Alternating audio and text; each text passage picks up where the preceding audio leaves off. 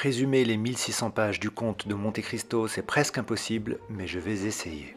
Tout commence près de Marseille, alors que le jeune Edmond Dantès est sur le point de se fiancer à la charmante Mercédès.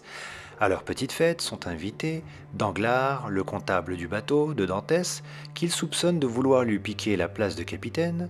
Il y a aussi Fernand, qui est amoureux de Mercédès, et le voisin, un cadre, qui est ivre et qui ne sait pas vraiment ce qu'il fait.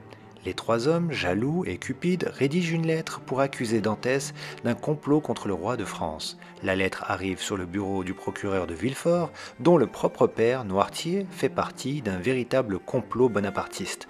Son sang ne fait qu'un tour et il envoie Dantès en prison pour éloigner tout danger. Alors, Dantès passe 14 ans dans un cachot du château d'If, dont il finit par s'évader avec l'aide de son voisin d'infortune, l'abbé Faria, qui lui lègue avant de mourir un trésor fabuleux.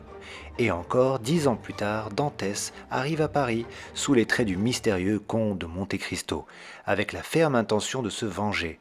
Il y retrouve Danglars, Fernand, devenu comte de Morcerf, Mercédès, sa femme, la comtesse de Morcerf, et puis Caderousse et Villefort. Mais ce petit monde appartient désormais à une société plus compliquée.